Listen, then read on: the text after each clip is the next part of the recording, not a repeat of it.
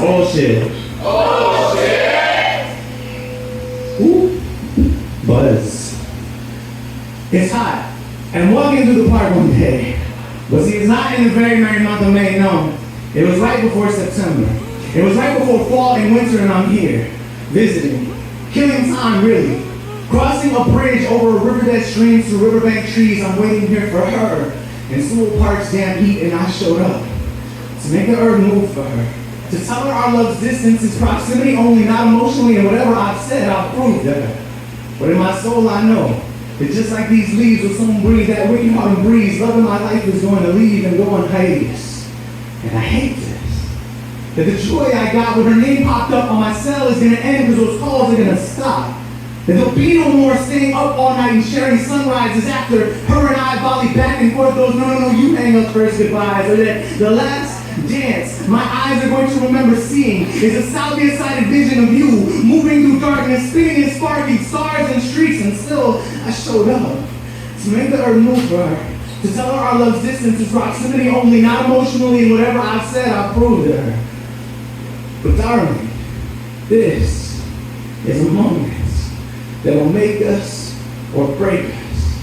Because as I'm standing here patient, I'm taken back to the said I love yous and now seem ancient. What appeared to be written in constellations and spoken by shame is now feels as though fate is saying, no, my fault, I was mistaken. It's like God is looking on me, walking Sewell Park's path slowly, like he's gonna come down and approach me and ask me, what are you waiting on? Only I tell him I showed up to make the earth move for her, to tell her our love's distance is proximity only, not emotionally, and whatever I've said, I've proved to her. But God in my soul, I know that just like these leaves will soon breathe, that wicked autumn breeze, love in my life is gonna leave and go in hiatus. And I hate this, that my tongue will forget the taste of the name of her next flavor, and as soon as she walks away, I'll forget the smell of her soul's vapors. Maybe we are a different breed, and we cannot bring down us whenever we act like a burning beast. Maybe what we really want is written in different hieroglyphics, and it's not for lack of effort, but we don't understand what we read, because you've been saying things like, you need more time to get right by me, and maybe I don't hear you, but I don't know what the fuck that even means. Maybe I'm not patient enough, but argue that with Sewell Park's trees. Maybe these babies, and no baby, don't go babies, are gonna save me, because maybe it has been me, but maybe it's been you, because I'm the one standing here looking like an asshole trying to make the earth move.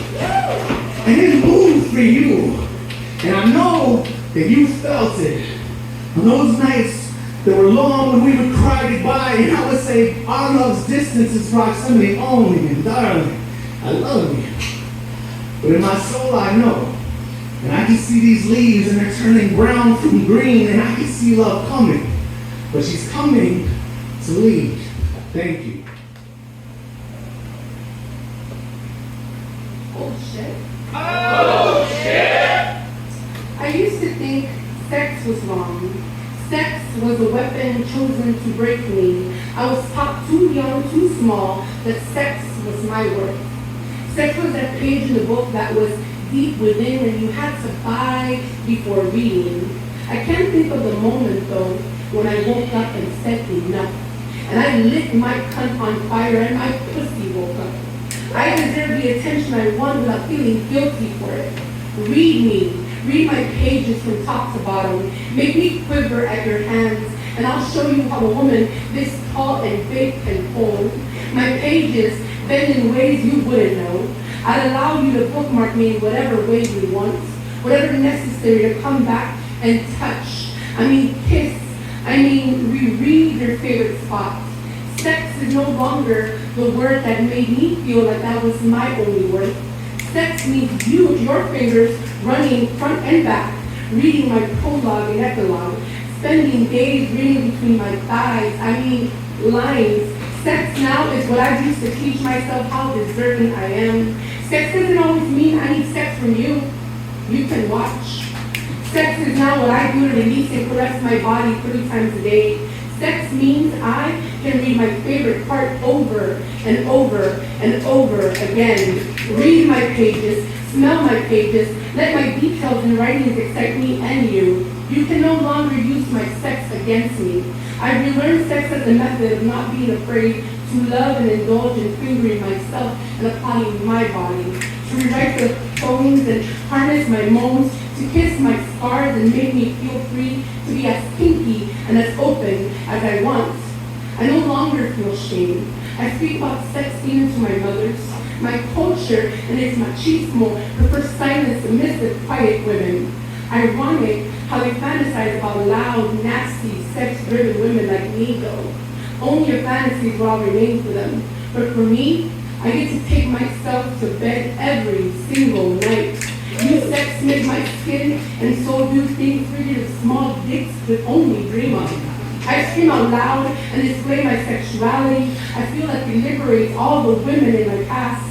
Generations of women laying on their backs, married to selfish men who only put their needs first. Women have always been good enough to carry your children in their wombs for 9 months, but most times never get a measly orgasm out of it. So read me. Read the entire fucking book. I promise I'll be that one book you read too much, you're scared to ruin the binding. But don't be scared. I can also take it rough. It's one of those ironies where you might think you're the one making love to me, but all along I've been fucking you. Read me. Read my pages deep. Take my sex as an invite. And remember, it's my story, my pages, my book. How's it going? So this first one I wrote at a writers group with the Younger Ray. And the prompt was, I don't want to forget. This is what I do with that. Your eyes, your gaze, your hair, your face, none of it I wish to forget. The joy you brought me and the lessons you taught me, one by being by my side and one by leaving me by myself. I don't want to forget. Then again, how could I do? How could I do so anyways? Everything about you, at least everything I know about you, is engraved in my brain like tattoos on my mind. Permanently etched in my consciousness until the day I die. The next person to find me will end up being like an archaeologist in my mind, an ancient tomb filled with hieroglyphs left by you. Yet I still don't want to forget, because forgetting the bad means forgetting the good too. This next one, I was writing over there because I had the idea like last night. I never got to write it, but I was looking today. I'm not done with it yet, but you know what he said. Funny we go. New shit. I got new shit. Yeah, that's cool. It's called School Picture Day. I always hated picture day. Hell, I hate taking pictures in general. Not because I'm camera shy, but because of I forgot to put that. But because of the fake smile that I always put on every damn time. I have a smile, but if you look at my eyes, there's no emotion. I don't want a fake smile. I want a true, joyful smile. A smile like the one I had the one I wore when my friends made me laugh so hard that I cried. Like when I see someone I really care about, and they give me a hug. I'm just bullshitting this one up. Like the time I finally succeeded at something. I want that kind of smile.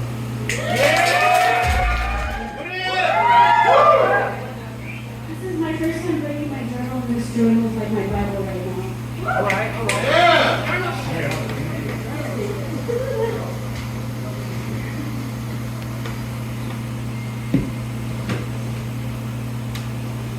Alright, was you ready?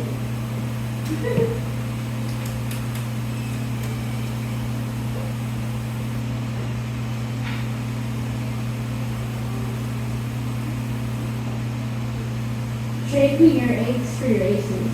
Let's see the world and film our life within its beautiful crevices. The ocean calls our hearts to dance in her gentle waves. The mountains whistle our names to look at their faces. Barefoot on the dirt, channeling earth's good graces. I cannot fathom continuing on without you here with me in these exciting places. Though our paths are separate and ties cut, my heart will forever be burnt, engraved by your touch. Traces made in haste between streams of tears, salty, painful taste. My fractured soul will try and choose life without you to go on and on and on.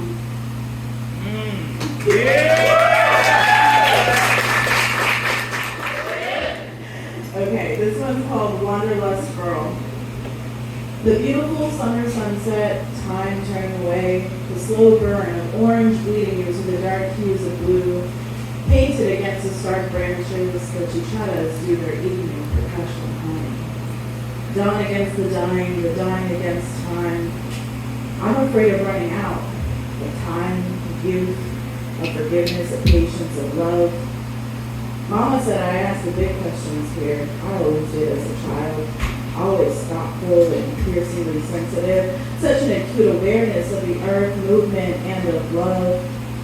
Mama said I ran a mile a minute, running around with dandelions woven in my hair, light golden flecks against the brunette, curls strung about. The wanderlust child, the lost girl. Forget about the lost boys. Being a lost girl in today's world leaves none to the imagination. Society and men done it now. I used to dance in the rain, free of pain, splashing in free and polka dot rain boots, sopping curls at play, giggling and running, I fled. I don't know if I ever stopped running. 21 years now.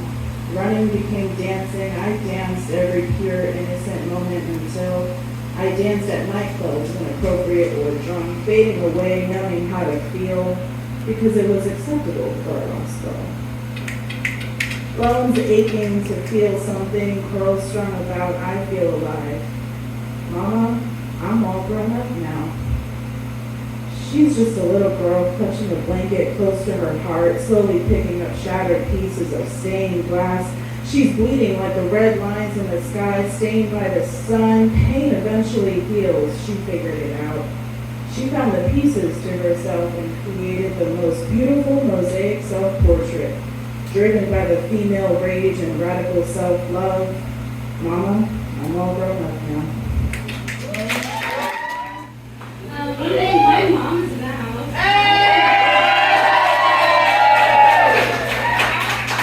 So I'm reading for her.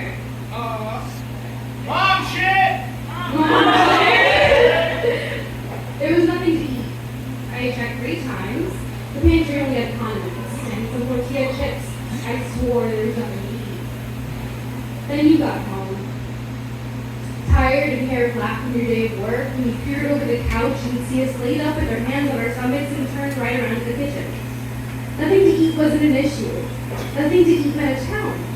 So you turn on your dancing music and start swirling around the kitchen, throwing potatoes or beans over your shoulder, all of them falling into a pot softly so they had a little parachute.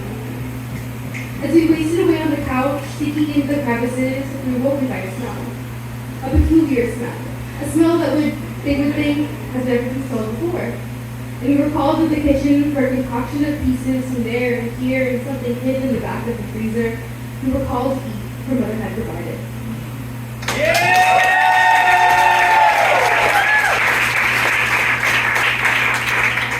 And there's one more. This one I wrote yesterday, like after I cried for my little sister because I didn't see her anymore. New shit! I am a big sister. Only one sister, and the little sister of 3.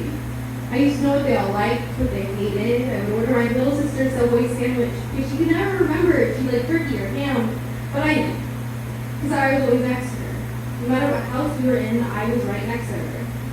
When we were together, we talked in unison. Our mannerisms were always in double division. Our laughs layered onto each other, over each other, and sort of literally. And today she lives 30 minutes away from me, and that's too far for us to drive. But I think one day we'll live across the country from each other, and I fear because we won't know when we're in unison. We won't know when we have the same dreams, the same nightmares. We won't know each other. I am a big sister, and that felt more of me than I did of myself. People, how we feeling tonight? I'm asking permission. Can I get a little nap tonight? Yes! This poem's called The BBW Becomes a Twink. If I have to hear one more time, oh my God, you're getting skinnier and skinnier, I will throw hands with that bitch. No, seriously, I mean it. I get you're trying to be nice, but you so obviously think it's complimentary is making me claustrophobic, causing my skin to constrict in on itself to see. I used to be a big girl. A true BBW, thick with 3 C's, and I had a dump truck of an ass. Halfway to a half-ton kind of girl. And I've always been big. Born into a big family, more spiritually than literally. I started my first diet when I was 6 years old. You see my mother, as beautiful as she was, couldn't see that in the mirror unless the scale spelled out beautiful too. So we dieted, and we fast, and we tried Atkins and keto and Weight Watchers, and we tried them all. Mom said keep the faith as we work to exercise the fat from within ourselves. I spent 3 hours a day, 5 days a week in a martial arts gym, sweating buckets and never losing a pound. Parents in the crowd, if you take nothing home from this poem, take this.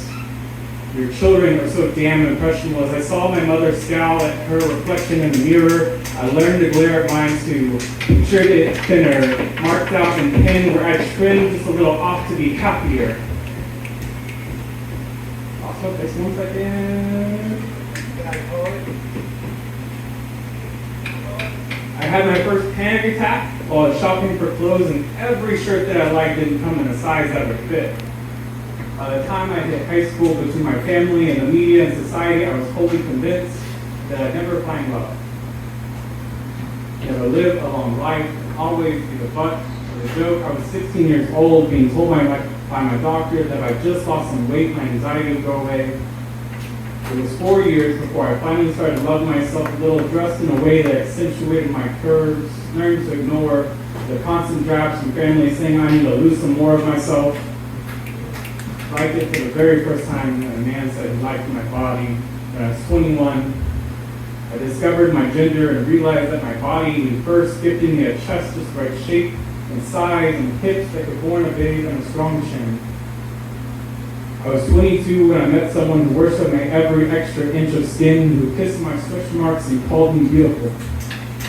They never looked at a skinnier guy with anything other than a passing hello. I've been blessed to live a mostly healthy 25 years on this earth, except for one bitty little scare, except it was that scare that put me in the hospital. It was the catalyst to the cataclysmic change, and losing an organ could organize so much less. In the next 6 months, I lost quite a bit. 270 pounds, all my self-confidence, and if that wasn't enough, the man who made me feel loved and the loudness in my body simply found that my volume wasn't high enough anymore. I was like an alien on a new world, navigating in a vehicle much smaller than I was used to, running back and forth to my closet in the Goodwill donation box, and I looked at myself in the mirror. I tried to find the anxiety hero I was promised. I looked at myself in the mirror, I tried to smile instead of glare, and I looked at myself in the mirror, and I tried to be positive. But all I could see was the negativity in my concave parts, loose skin, so expansive I could shelter in its folds, formerly beautiful pieces of inked on art, now wrinkled like a wet canvas, haphazardly onto the frame. I tried finding something to love.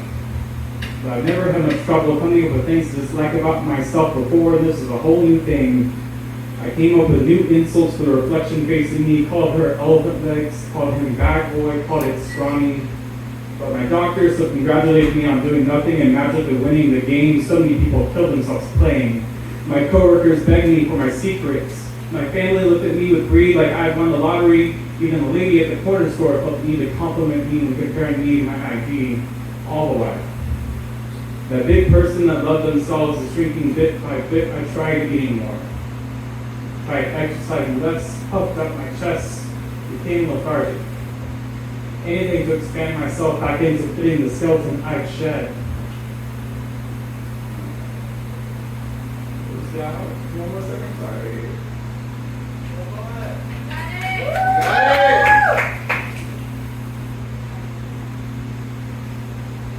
It's okay. I'm better now. I'm always learning to love me, skinny, enjoying shopping off the racks, finding victory in the fitting in the smaller spaces, conquering new ways to fashion myself, learning that if I'm fat, then I'm fantastically beautiful and radiant in every facet. And if I'm thin, then I'm fantastically beautiful and radiant in every facet. I will not let you fill off that loud self-love. I've worked my life to earn, simply because my body is a match the same energy. Let's learn one more lesson while I still have you listening. Keep other people's fucking bodies out of your damn mouth. Pause. Take a break. Take a gulp. Take a deep breath. This mysterious world has a certain smell. A smell only bigotry can smell. I followed the scent of the toxic aroma. I gag, choke, as well as vomit. It is my flesh of blood shouting, stop acting like a fag. What is a fag? I shout. I knew my vocabulary word of a fag was a cigarette. I knew a cigarette had many compounds in it and it gave birth to cancer. I blacked out from a brute force from the last thing I saw. Was it the famous chocolate? No. This texture was so soft, yet so powerful. Something only humans carry on an every day. Why was a fag a cardinal sin? Makeup, dresses, heels, wigs, and skirts were no more than playing dress-up. Dolls, figurines, Barbies, and G.I. Joes were no more than toys with no gender. What was male? What was female? Yet certain things only belong with certain sex. Black and blue is what I saw when I came to. Death was coming to visit. I gripped a handle that fit perfectly in my hand. The silver at the end of the grid shines bright, touching a soft texture. At a 45-degree angle is what I see before I can let it slide. A voice from afar shouts, stop. Where I once gripped the handle has now turned into a raven, a symbol of prophecy, insight, and transformation, and intelligence. Whispering in my ear, fag is no more than an acronym. Fabulous and gorgeous is who I am. You want to add the G-O-T at the end, that is fine. I have got other talents. I hear Beethoven playing Moonlight at 10 o'clock in the morning. It was nothing more than just a nightmare. Thank you. During our weekly session, my therapist asked, what do you see when you look in the mirror? I sarcastically began to laugh, my mind taking off into another place, beginning to race, rushing through a finish line I was not ready to cross, not ready to face that side of me just yet. Feeling the sense of losing control, weaving my way through thoughts, unable to see the next turn of events, unraveling in my reflection of a past full of trauma. Ill-equipped to handle at the time, but survival was my end game. Keeping myself alive through misdirections, causing me to lose grip time and time again, constantly pleading, Jesus, take the wheel, or better yet, just take me. Looking in the mirror, I see a rear view of a little girl's heart breaking on weekends, believing this would be the one. Her dad cared enough to spend time with her. Instead, he gave himself a pass, sending a check once a month, calling it parenting. Why doesn't he love me? The mirror cracking, reflecting a teenage girl, tears streaming endlessly, dreading going home, knowing her daily chore after school was keeping her mom alive, fighting, taking away the knife she's constantly holding against her wrist, watching her suffocating from a grueling depression, yelling, Mommy, please, don't do it. Begging, pleading, banging against the locked door, not knowing if today's the day she couldn't complete her chore. The mirror shattering, broken glass falling to the floor, pieces reflecting all the past lovers who broke her heart, doubting her self-worth as a woman, each piece of glass stained with the memory of starving herself to look good after he cheated, of laying on her back just to please him and what he needed, of fear in her eyes, him yelling at her, grabbing her, leaving her on the floor crying, convincing her to feel she was the crazy one. Abruptly, I hear the sound of fingers snapping. My therapist says, you left there for a minute. Now tell me, what do you see when you look in the mirror? Sighing, I say, I don't know. Nothing comes to mind. Can we come back to this next week? not sure if the Tecacas do anything anymore.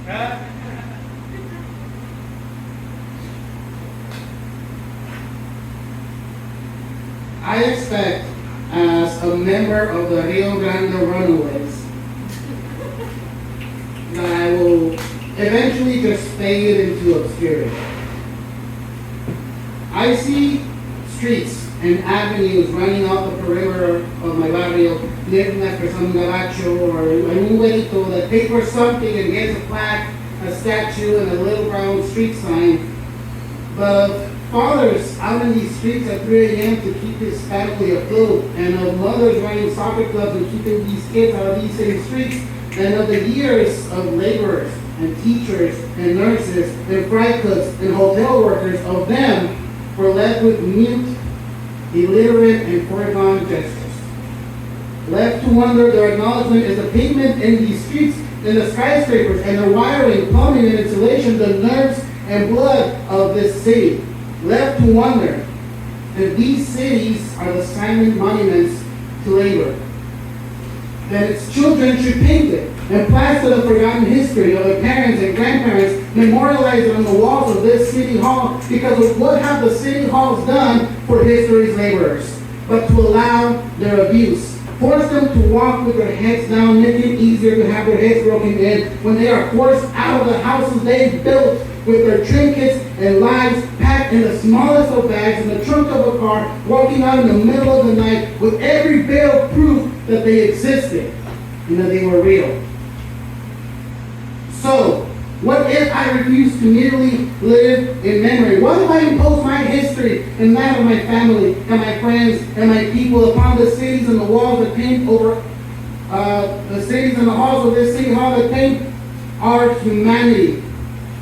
Señor, I'm more than my labor and my coins and the ideas I give to these institutions. I am roots planted in this earth. And I am a trunk, and I am branches, and I will grow in this square and give shade to every working man and woman that refuses to recede into the silent shadows of these streets.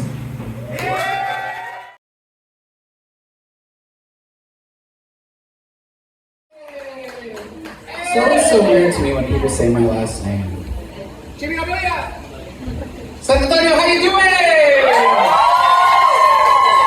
We're a good crowd. I'm so excited. Yeah, I had this crazy idea to just like do like live poetry with music in front of an audience, and I was like, yeah, let's record it. So we're gonna record an album tonight. There's gonna be music, and there's gonna be poetry. It's gonna be great, and you're gonna be on it. See that microphone? That microphone's for you, people.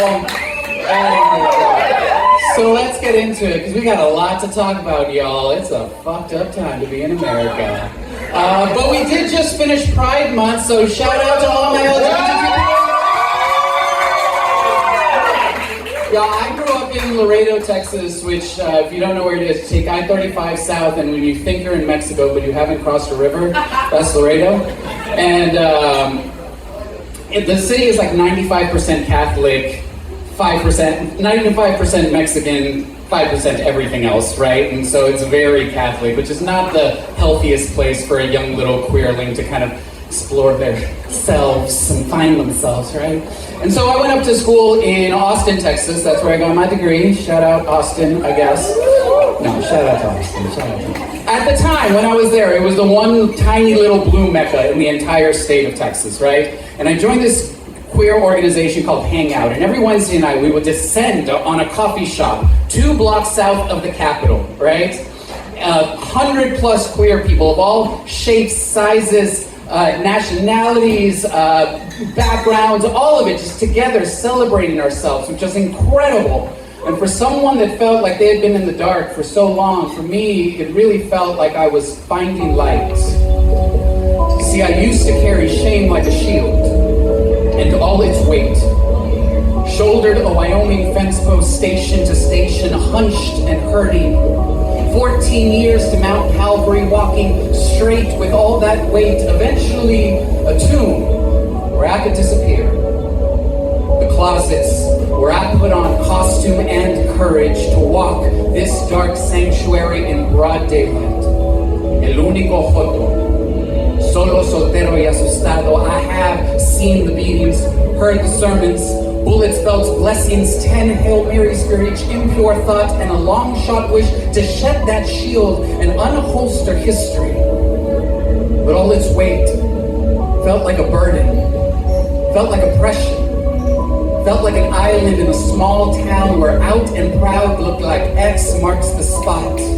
I white-knuckled that shield, buried my nails into my palms, a self-imposed stigmata until I realized that a barrier looks like a bullseye for bullies. And I was tired of being target practice. See, if I was gonna be fodder, let me be juicy, let me be rich, let me drip, wet, shine, let me be gold, light, and fighter, for fear has no home in my hunger.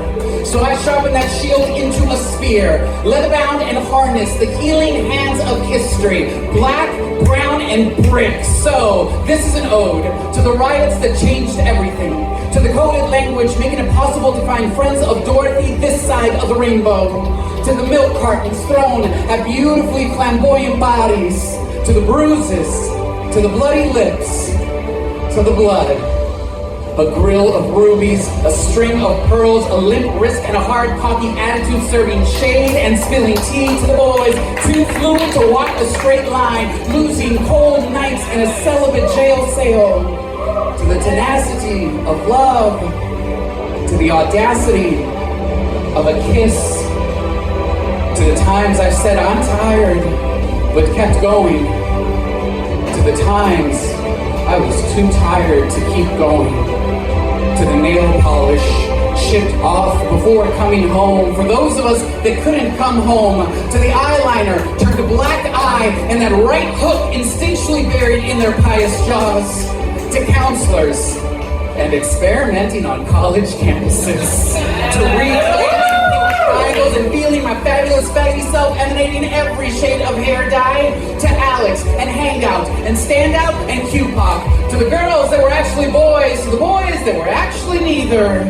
to the friends that listened, to the family that didn't leave us, to the family we found when everybody left us, for Matthew and Bree, Merci and Ria, for hundreds more buried without a headline, to Harvey, to Marsha, to Baldwin, to Ginsburg, Guillermo, Gloria, Eddie and Gianni, to Annie and Elton and Freddie, to India, MJ, Dominic and Billy, to Bunny, to Rue, George, Ricky, Whitney, to Cher, Goddess Almighty, light and fighters all, to the pain and struggles that binds us, to our past victories and the losses ahead, to the journey to the light, to the future, to the fighters, to those that throw punches, to those that write memes, to the squads soldiering the steps of Congress, to the shy and uncomfortable souls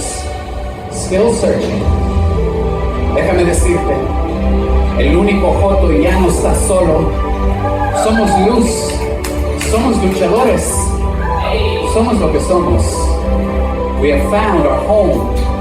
We have found each other. We are light and fighters, all.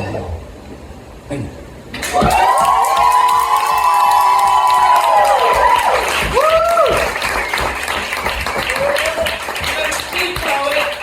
Yeah. Shout out to Write Art Out in the Block Poetry Spot for hosting me this evening and the host of all of us. It really takes organizations and organizers like this to create this safe space for us to be in, right? Where we can express ourselves and acknowledge each other fully and authentically without fear. Because unfortunately, literally just outside that door, we're not always gifted these spaces. Like this one time, I was walking down St. Mary's Street at 2:30 in the morning when a group of Michelob machos in Make America Great Again hats decided to let my rainbow flag covered ass know that I was a faggot. Their spit pulled the strings of my spine straight, eyes down, mouth shut. I kept walking, but they being ever so ignorant in the art of subtlety, didn't see the other cheek. They saw an easy target. Said it again. Faggot. And I could have stayed in shadow. Said nothing and just hoped to heel click my way to there's no place like home, there's no place like home, there's no place like home. The same way that we tell women to avoid catcalls lest they become roadkill. But how much longer will we let a group of Jaeger bombs and popped collar polos wave their flaccid, unwelcome advances like a get out of jail free card? The status quo stroke their misogyny on college campuses and courtrooms because silence is permission. Passive is complacent. And where I come from, faggot is a fighting word. Like I may be a faggot, but I ain't your faggot. I was quiet in middle school before I found my voice. I said nothing in high school before I knew my history. Now I brass knuckle stonewall and swing wonder where would I be without bloody knuckles? Well-behaved women seldom make history, and one lone loudmouth faggot will probably die young. I made myself a target, as vulnerable as paper to burn like kindle. See, this is how the target shoots back. When invisibility isn't an option anymore. How a punching bag boxes back fear. How a slap in the face becomes a fist in the air. How a red hat looks like a reminder. A MAGA hat killed Harvey Milk. A MAGA hat murdered MLK. And the target shot back. Show the beast it can no longer hide behind the bullet. Show the hunter what happens when you take on the pride. Look, I understand the need to stay safe. But what is life if lived in darkness? Camouflage in the closets. Buried in the bushes. You're not safe. You're just next. And at what cost? Oppression, erasure, a bloody lip. They were gonna do that anyway.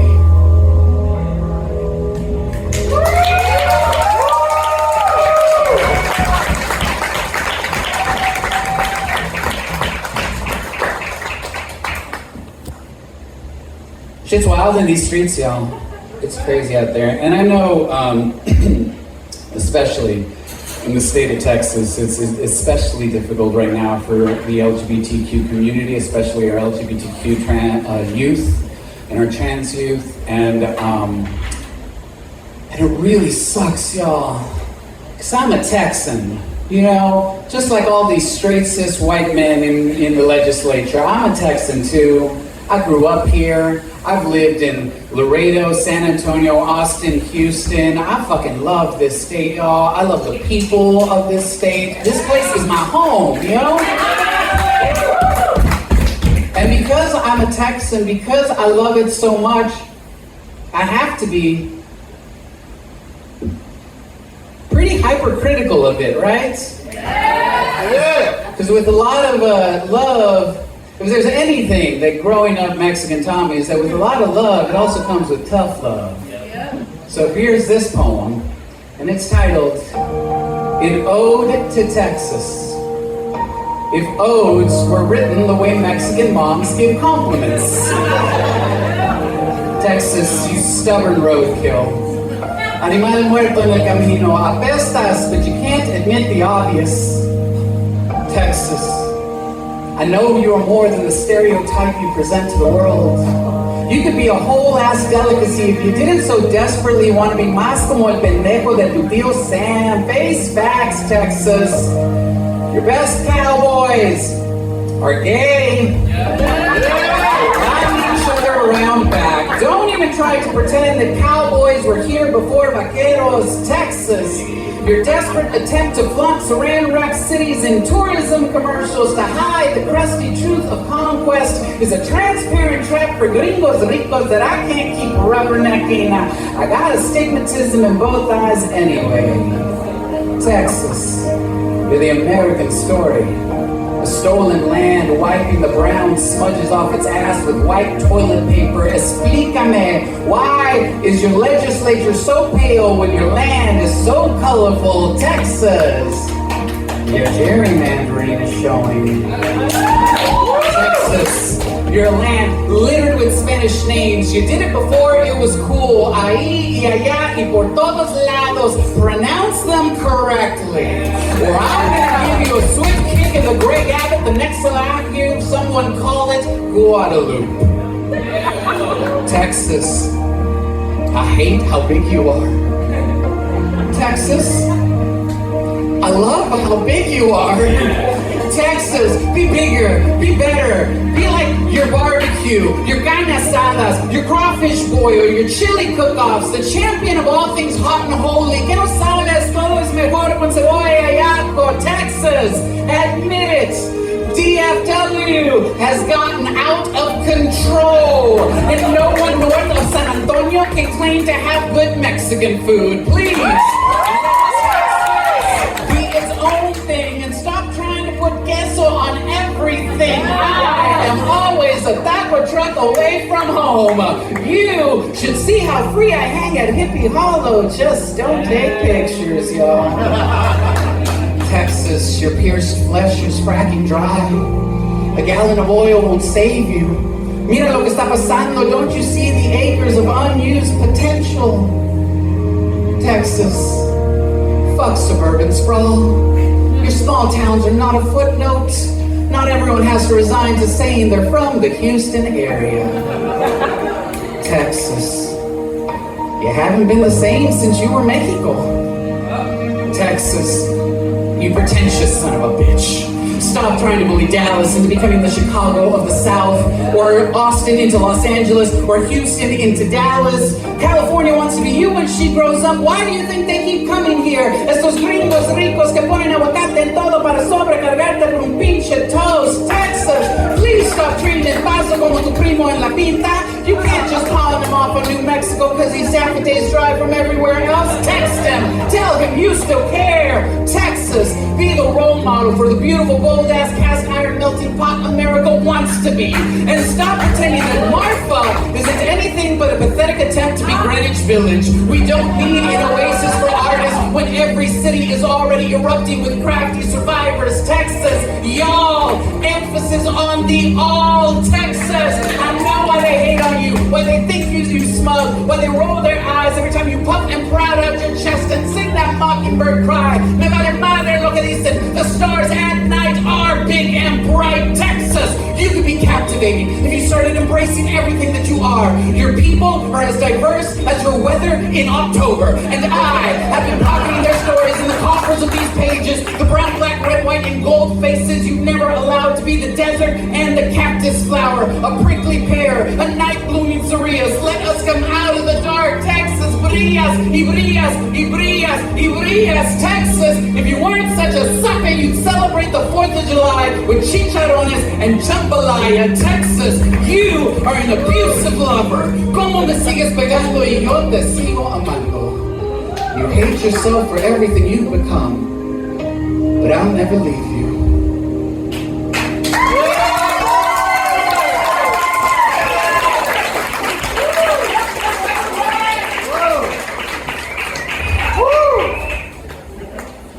I've gotten the privilege of traveling this great state all over. I literally went from El Paso to Texarkana in one day, y'all.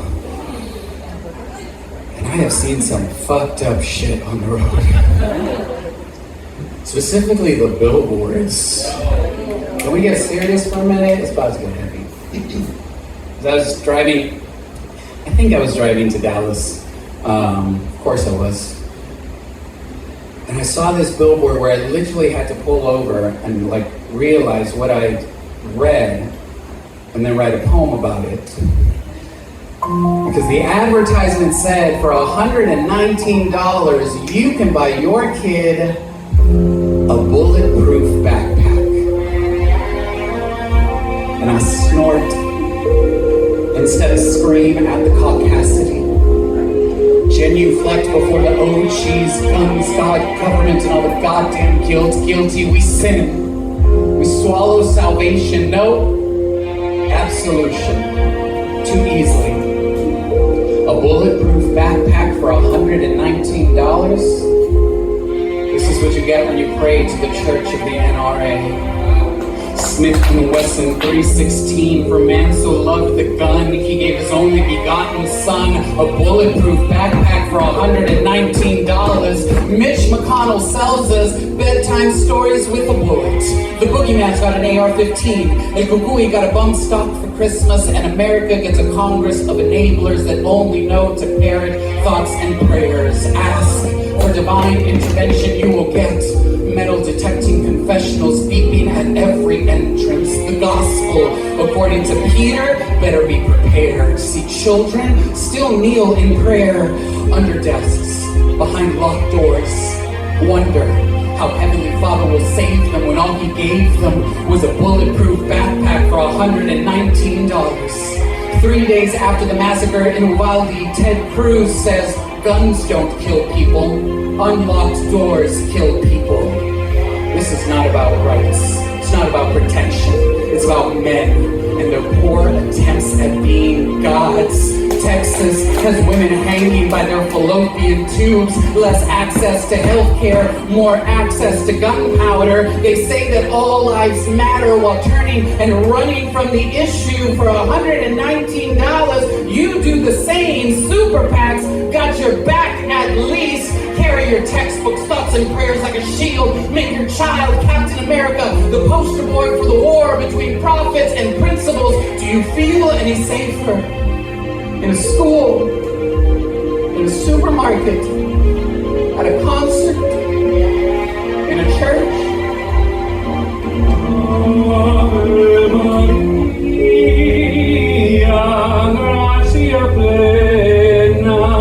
Hail Mary, full of tears, the Lord is shit. No, that's not right. Maria, gratia plena. Our Father who art in Fairfax, hallowed be thy points. No, that's not right. Maria, gratia plena. Thy kingdom come, thy will be profitable from sea to shining sea. Ave, Ave Dominus. See, there is no savior for America, just an illusion. Wait for thin absolution for $119.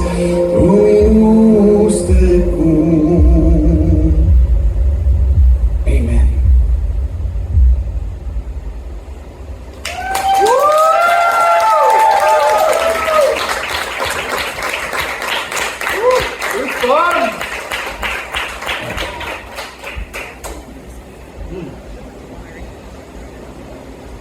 And I want to hope it's getting better.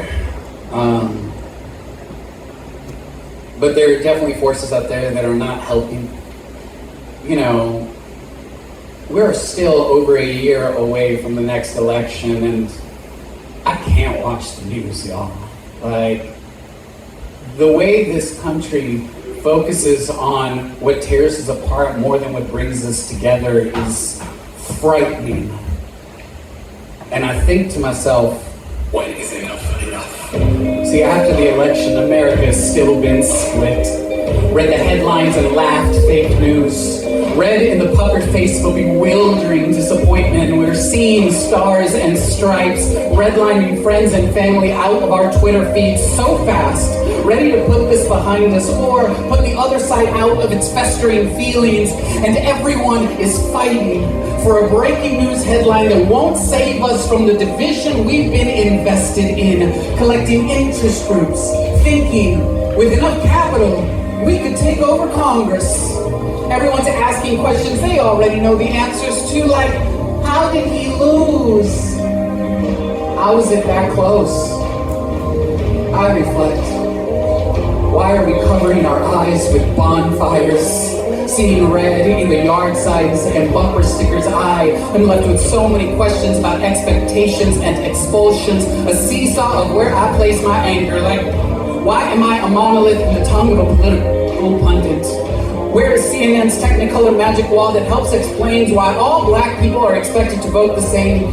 How Cubanos reconcile their vote with their own voyage? When did so many of my Theos put their fortune over their families? What makes Middle America so afraid of people who have always been here? Who are we really fighting?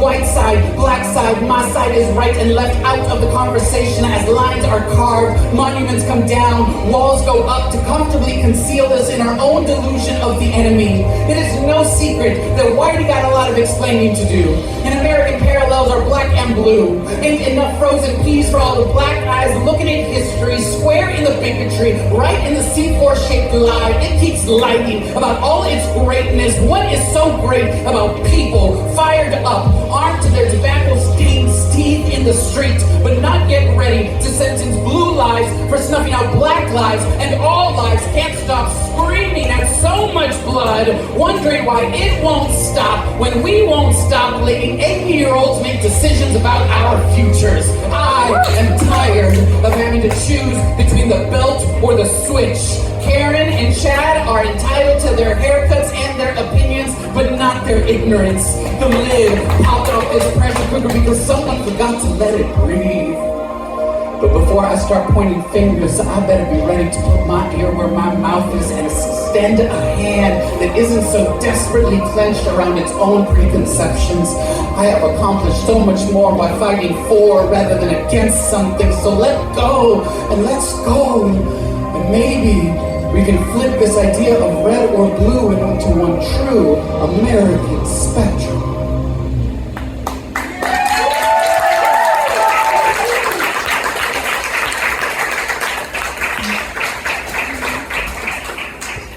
Thank y'all. I got one more for you. Quick plug, because I have to, otherwise my manager, aka husband, will get mad at me. I have books for sale and stickers and buttons and bumper stickers. If you like anything you heard, come see me in the back after this. Come talk to me. Even if you don't want to buy anything, come talk to me. But yeah, stuff. Artists are such bad promoters. Buy my shit. I'm gonna leave you on a note of hope. BT dubs, okay? We're not ending there. Because again, I have the privilege of traveling this country, and I've been to every nook and cranny, okay? Pikeville, Spokane, Washington. I can't even remember the names of the cities in Pennsylvania, but I literally was in the mountains of Pennsylvania at night driving. There is no way there is a city, holy shit, a city in the mountains of Pennsylvania. And I've gotten the chance, usually this is at colleges and universities, and I've gotten the chance to speak to young people attending such colleges and universities, and I think we're gonna be okay, y'all.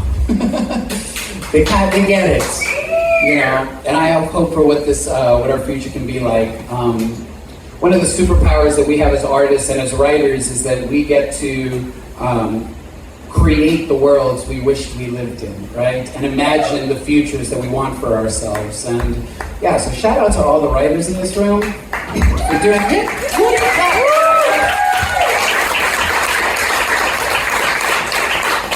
So this is my attempt at that. And just to set the scene, in my perfect world, it is autumn year-round, okay? And I'm talking Central Texas autumn. I had to clarify this because I was doing this poem up in northern Idaho. Not their autumn, our autumn. Except on the winters, except on the weekends. On the weekends, I still wanted to like jump up to like the mid-90s so we can go to the lake or the river or something and like have a good time, right? So,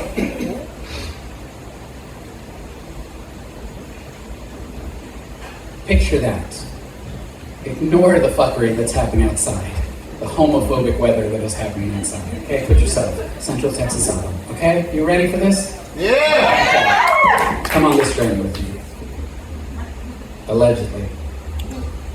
What is it? Nope, not that one. I like this one.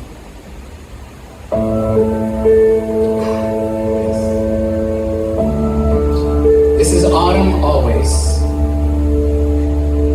See, every day we are blessed autumn sun rays, painting our purple skin a blanket of hope. A crisp breeze has kissed us melanated, magical even, daring of us to be nothing but authentic.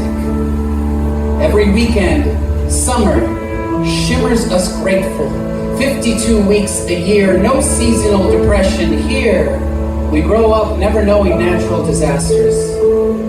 Here we do not see red or blue. We are violet folk, relishing the blend, branches making pinky promise kisses to see every difference as an honorable distinction. I am in elbows over how much we love, and love to love, all daps and high fives, a hand slap and a clap on the back. Here, we collect bookshelves of laughter and pull out our favorites, share them like gossip. Here, a bellowing cackle, a vamping chuckle, a fluttering giggle are airborne like Jordan, way more contagious than a virus. Here we call every neighborhood our barrio, with a panaderia every other block, or at the Malavenda, or a soul food truck, or a seafood boil, or a burger joint, or a wing stick. The point being, it smells like full bellies in our bodies. In our eternal autumn, the South is only remembered for the kind of food that make you want to slap somebody. These horizons never cradled the sediments of the dead. Our flesh was never fertilizer for tomorrow's harvest. Our blues were only just hues of dawn's departure. The ember based in trees know no sorrow, bear no strange fruit. All that hangs from their empathic limbs are tire swings. Indigo children are jazz notes without bars, unburdened by staffs, keys, or expectations, and perfectly manicured acrylics never get chipped over gender norms because the norm is undefinable when every child is allowed to decide their plumage for their damn selves. Here, Breonna Taylor is a cardiovascular surgeon. Here, Sandra Bland is a cello-playing music teacher. Here, Emmett Till solos piccolo at the Lincoln Center. Here, Lincoln is remembered mostly for his stylish fashion choices and wasn't assassinated. Harvey Milk wasn't assassinated. Che Guevara wasn't assassinated. Malcolm X wasn't assassinated. MLK wasn't assassinated. Their names never harbored in the catacombs of our throat.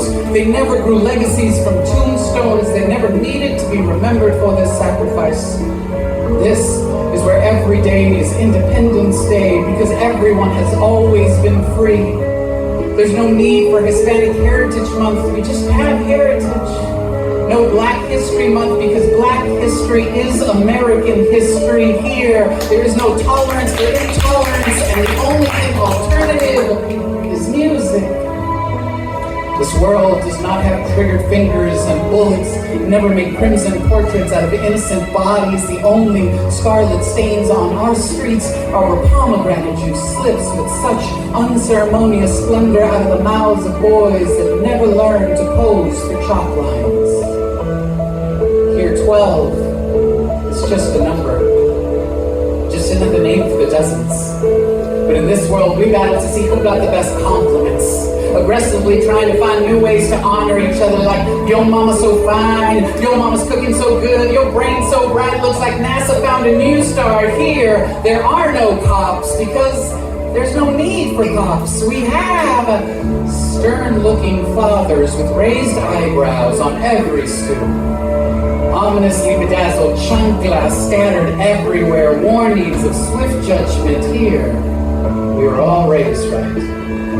I am only policed by my mother, and every mother lives to be at least 93, always see their children grow up. They are not funneled through pipelines. Every city is enriched with clean drinking water, and no one has access to Dakota because sacred lands are sacred, period. Do you see the beauty of our island? Where there are no kids in cages because it never occurred to anyone to cage those of us that are the most free. There are no refugees because there is no need for refuge. There is no border crisis because there is no border. New worlds were never discovered.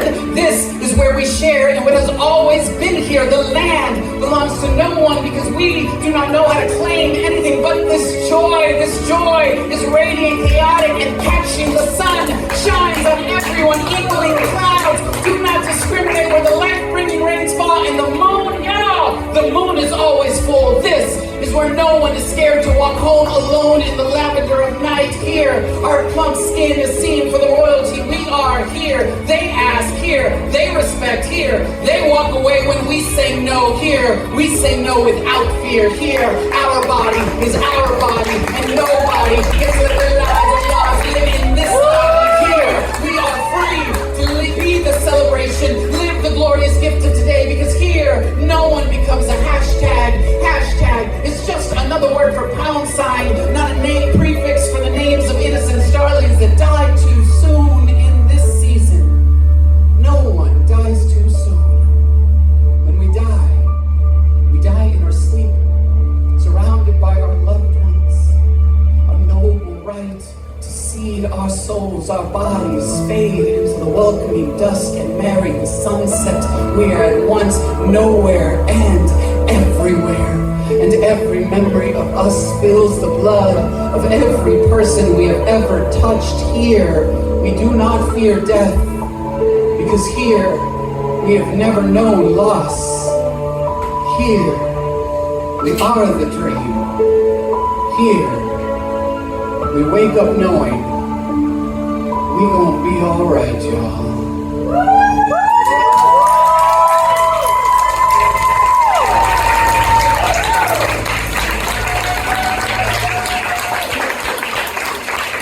That's my set. My name's Chibbi. Follow me on Instagram and Threads. Gemini's Geminyes. I'm in the back. Come talk to me. Whatever. Bye.